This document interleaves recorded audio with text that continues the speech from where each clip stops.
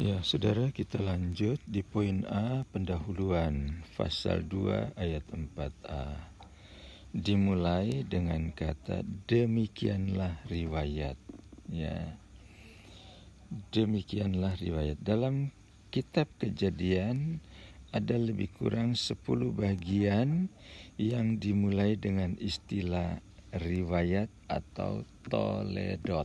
Ya, toledot, riwayat atau kisah, ya, toledot,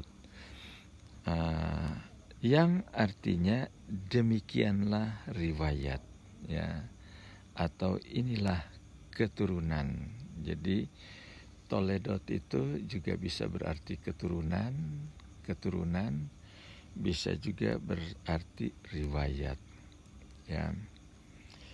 Nah, kemudian mengenai kata toledot, ya, mengenai kata toledot yang dimaksudkan di sini bukan asal mula langit dan bumi, ya, melainkan hal-hal berikut yang menyangkut sejarah pertama dari makhluk-makhluk jasmania.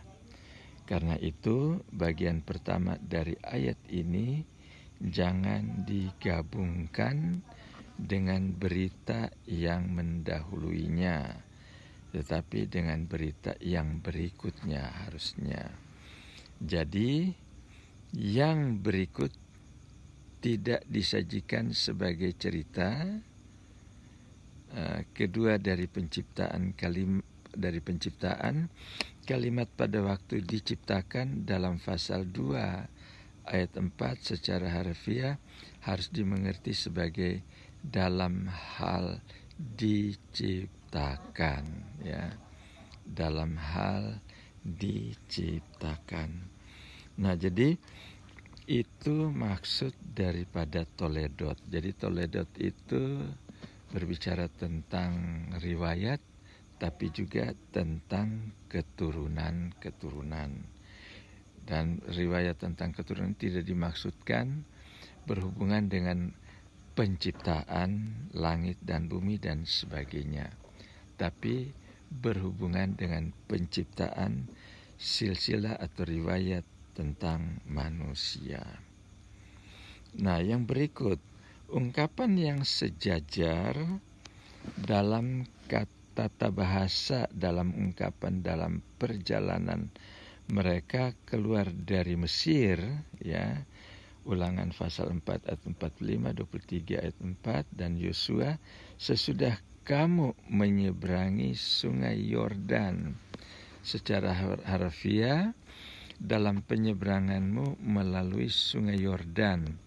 Ungkapan demikian menuju kepada satu tahap dengan menekankan kejadian yang membuka dan yang membentuknya. Jadi, saudara, berhubungan dengan ungkapan toledot atau riwayat atau keturunan itu juga sejajar dengan apa yang terjadi dalam kehidupan Yosua ketika menyeberang sungai Yordan. Ya. Kemudian yang berikut, poin B. Poin B dikatakan bahwa, ya, manusia diciptakan dalam pasal 2 ayat 6 dan ayat yang ke-7, ya. Ayat 6, tetapi ada kabut naik ke atas dari bumi dan membasahi seluruh permukaan bumi itu.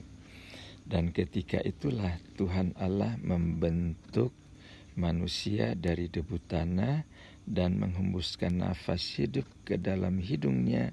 Demikianlah manusia itu menjadi makhluk hidup.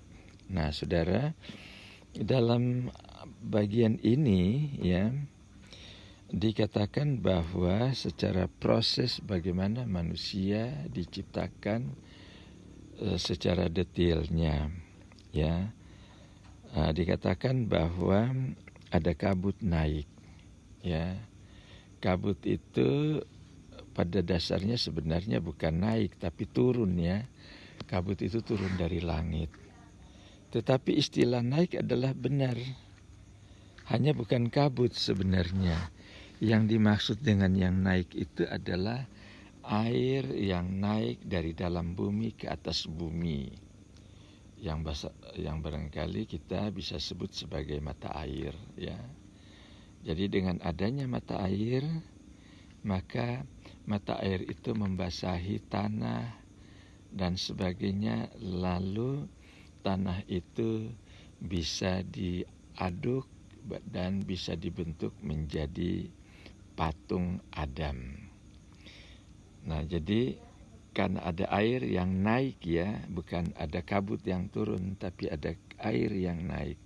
Kalau kabut kan harusnya turun, ya, tapi ini kabut naik, ya. Jadi Bapak menjelaskannya bukan sebagai kabut, tapi sebagai mata air yang keluar dari dalam bumi, yang naik ke atas bumi, atau dengan kata lain yang muncul sehingga membasahi bumi.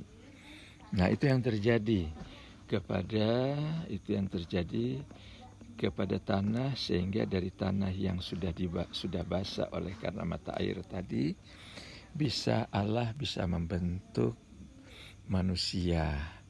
Sesudah manusia terbentuk menjadi model Adam, patung Adam, lalu Allah menghembusi patung itu sehingga patung Adam itu menjadi makhluk hidup.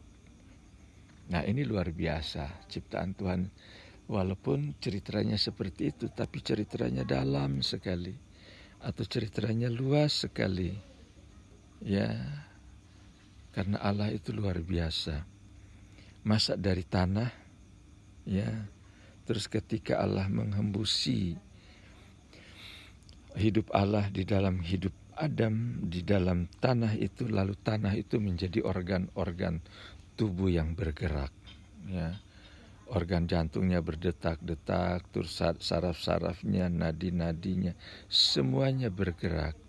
Mata yang tadinya cuma dari bentuk-bentuk tanah, tapi mata bisa bermain mata dan bisa melihat ke sana kemari. Itu adalah karya Allah yang luar biasa, dari tanah yang hina, tapi diberikan roh dari Allah sehingga menjadi makhluk hidup yang mulia, ya. Yang mulia dan yang hina juga. Mulia karena berasal dari roh Allah, hina karena berasal dari debu tanah. Nah, jadi itu luar biasa, ya. Jadi kalimat yang ada, ya, yang menyebabkan Tuhan menciptakan, membentuk Adam itu karena ada kalimat, ada kabut naik, ya. Lebih tepat adalah mulai naik. Tapi apa yang mulai naik, ya? Aliran, ya, dikatakan ada aliran. Dalam bahasa Ibrani tentang kabut itu Bapak lupa, ya, tapi yang dimaksud itu adalah at, ya. At itu sama dengan aliran. Jadi kalau kabut itu kan hanya butiran-butiran putih. Ini aliran, berarti alirannya dari dalam bumi, ya. Air yang keluar dari dalam bumi yang bersifat aliran atau mata air, lalu keluar membasahi bumi. Nah, seperti itu. Menjembur air itu menyembur dari dalam bumi, lalu membasahi bumi dan tanah yang ada di sekitarnya, sehingga tanah yang keras menjadi tanah yang lembut karena dibasahi oleh air yang keluar dari dalam bumi tadi. Nah, ayat ini menceritakan tentang cara Allah menciptakan manusia dengan lebih jelas dan rinci. Yang pertama, Tuhan Allah membentuk manusia itu dari debu tanah. Dibentuk kepalanya, tangannya, kakinya, dan semuanya. Nah, yang bentuknya ya sudah kelihatan dari luar, ya kayak patung aja. Ya, seperti itu.